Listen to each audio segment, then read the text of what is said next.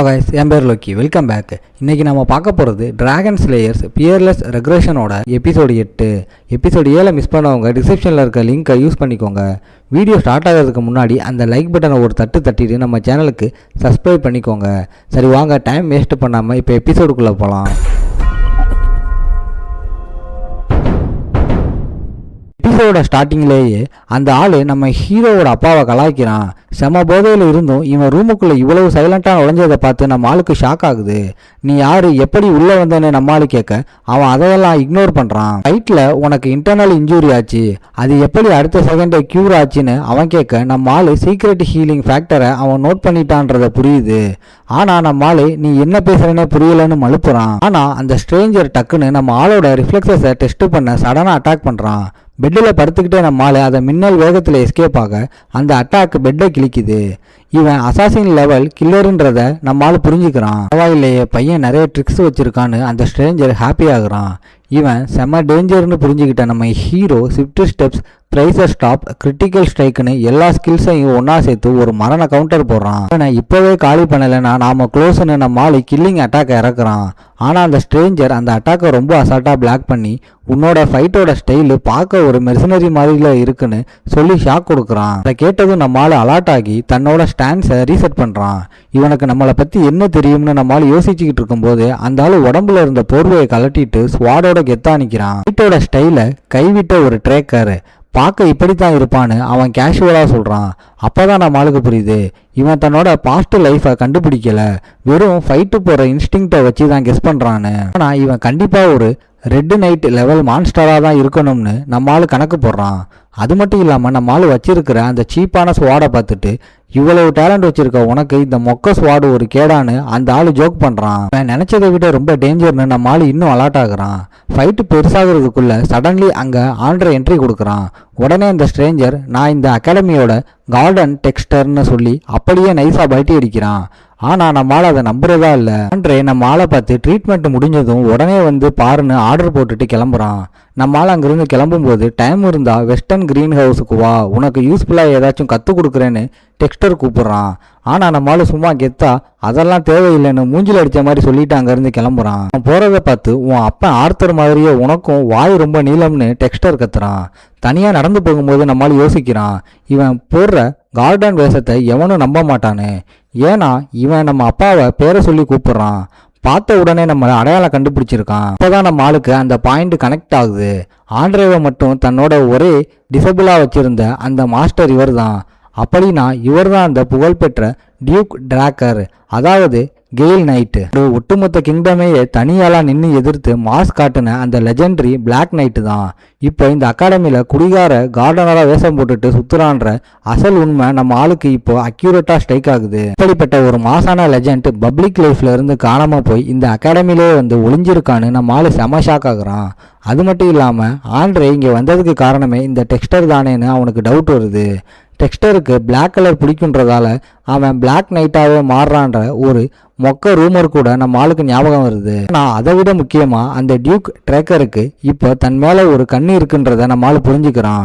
என்னதான் ஒரு லெஜெண்டாக இருந்தாலும் அவன் சும்மா கியூரியாசிட்டியில் கூப்பிட்றான்றதுக்காகவே அவனோட அந்த அறகுற கைடன்ஸை ஏற்றுக்க நம்ம ஹீரோவுக்கு துளி கூட இஷ்டம் இல்லை. டியூக் கிட்ட கற்றுக்கிட்டா அவனோட அசல் சீக்ரெட் டெக்னிக்கை மட்டும்தான் கற்றுக்கணும்னு நம்ம ஆளு டிசைட் பண்ணுறான்.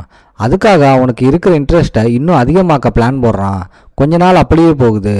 அதுக்கப்புறம் கிளாஸில் ப்ரொஃபஸர் ஃபேனான் ஒரு கேள்வி கேட்க பசங்க எல்லாரும் வழக்கம் போல் தூக்க கலக்கத்தில் ஆஃப் ஆகி கிடக்குறாங்க. ஃபேனான் விடாமல் மானா ஃபார்முலா பற்றி லெக்சர் எடுக்க நம்மால் சடனாக கையை தூக்கி மானா டிரான்ஸ்ஃபர் எனர்ஜி லா பற்றி ஒரு டவுட்டு கேட்குறான். கிளாஸில் ஒருத்தன் உருப்படியாக கேள்வி கேட்குறான்ற ஹாப்பியில் அந்த ப்ரொஃபஸர் சும்மா எக்ஸைட் ஆகுறாரு. ஃபேனான் அந்த மானா டிரான்ஸ்ஃபர் பற்றி செம்ம டீட்டெயிலாக எக்ஸ்பிளைன் பண்ண நம்மளும் அதை ரொம்ப இன்ட்ரெஸ்டாக கவனிக்கிறான். மற்ற பசங்கள்லாம் ஒரு நைட் அகாடமியில் இந்த மேஜிக் தியரி எதுக்குடான்னு புலம்பிக்கிட்டு இருக்காங்க. ஆனால் நம்மால் இந்த ஃபேனான் பார்க்கறதுக்கு மொக்கையாக இருந்தாலும் செம ஒர்த்துன்னு மனசுக்குள்ளே நினைக்கிறான். நம்மளால் கிளம்ப போகும்போது ஃபேனான் ரொம்ப பதட்டமாக அவனை நிறுத்துறாரு.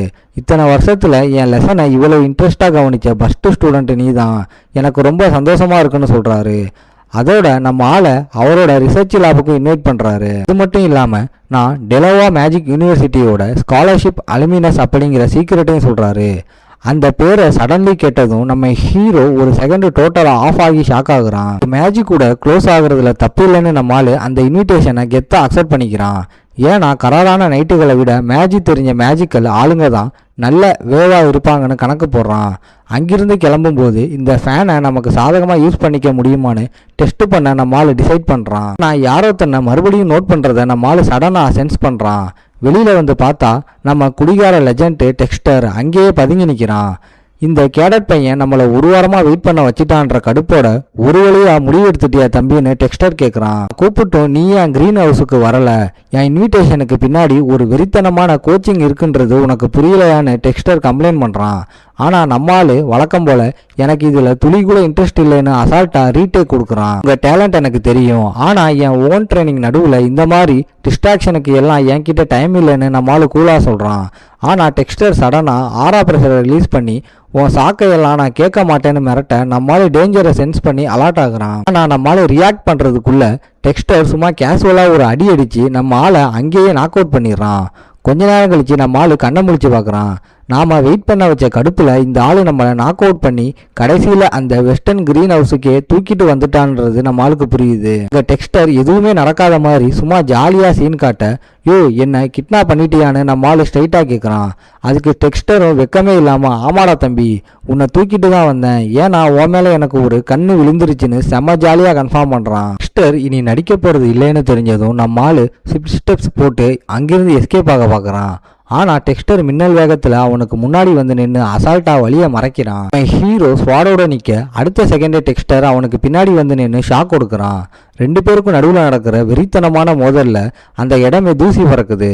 ஆனால் டெக்ஸ்டர் தன்னை இன்னும் ஒரு ரியல் த்ரெட்டாக மதிக்கலை, சும்மா வச்சு விளையாடுறான்னு நம்ம ஹீரோவை புரிஞ்சுக்கிறான். தன்னோட இன்டர்னல் இன்ஜுரி எப்படி உடனே க்யூர் ஆச்சுன்னு டெக்ஸ்டர் ஸ்ட்ரைட்டாக கேட்க தன்னோட சீக்ரெட் வெளியில் தெரிஞ்சதை நினச்சி நம்மால் ஷாக் ஆகுறான். ஆனால் டக்குன்னு அலர்ட் ஆகி இந்த நைட்டுக்கு தன் மேலே என்ன வேணுன்றத தெளிவாக புரிஞ்சுக்கிறான். அவனோட கேள்விக்கு பதில் சொல்லாமல் நம்ம ஆளு மேட்சை அப்படியே உல்டாவாக திருப்பி உண்மை தெரியணும்னா தைரியம் இருந்தா என்ன ஃபோர்ஸ் பண்ணி உண்மையை வரவழைச்சுக்கோன்னு டெக்ஸ்டருக்கே மாசா சேலஞ்ச் பண்றான். மாலு ரியாக்ட் பண்றதுக்குள்ள அந்த நைட்டு கண்ணிமைக்கிற நேரத்துல காணாம போயிடுறான். இப்போ இது பர்செப்ஷன் டெஸ்டா மாறிடுச்சுன்னு நம்ம ஆளு ஃபீல் பண்றான். அவன் சுத்தி முத்தி தேடிட்டு இருக்கும்போது அந்த நைட்டு பிளைண்டிங் ஸ்பீடில் நம்ம ஆளுக்கு பின்னாடி வந்து சடனாக ஒரு அட்டாக்கை இறக்குறான். பின்னாடி இருந்து வந்த அட்டாக்கை நம்ம ஆளு ஜஸ்ட் மிஸ்ஸில் கவனித்து கரெக்டாக பிளாக் பண்ணுறான். ப்ரெஷரான சுச்சுவேஷன்லையும் தன்னால் ரியாக்ட் பண்ண முடியுன்ற தைரியத்தில் நம்ம ஆளு காலை ஸ்ட்ராங்காக ஊனி ஒரு கவுண்டர் அட்டாக்கு ரெடி ஆகுறான். அப்புறம் தன்னோட ஸ்வாடை எடுத்து என்ன விளையாட்டு விளையாடுறீங்கன்னு டெக்ஸ்டரை பார்த்து கேட்குறான். இதாண்டா சேலஞ்சு பண்ணுன்னு டெக்ஸ்டரை ஞாபகப்படுத்தி இப்போ ஒரு பெட் கட்டுறான். என் துணியில் நீ லைட்டாக கீரல் போட்டால் கூட உனக்கு ஒரு விஸ் தருவேன், ஆனால் நீ கிவ் அப் பண்ணிட்டா உன் சீக்ரெட் எல்லாத்தையும் என்கிட்ட சொல்லணும்னு டெக்ஸ்டர் கண்டிஷன் போட தான் ஜெயிக்க போகிறோன்ற கெத்தோட அவன் நக்கலாக சிரிக்கிறான். இதோட இந்த எபிசோடு ஓகே காய்ஸ், இன்னைக்கு ஸ்டோரி எப்படி இருந்துச்சுன்னு கமெண்ட்டில் சொல்லுங்கள். இந்த வீடியோ பிடிச்சிருந்தா மறக்காமல் லைக், ஷேர் அண்ட் சப்ஸ்கிரைப் பண்ணிடுங்க. உங்களை நான் அடுத்த எபிசோடில் பார்க்குறேன். Bye guys.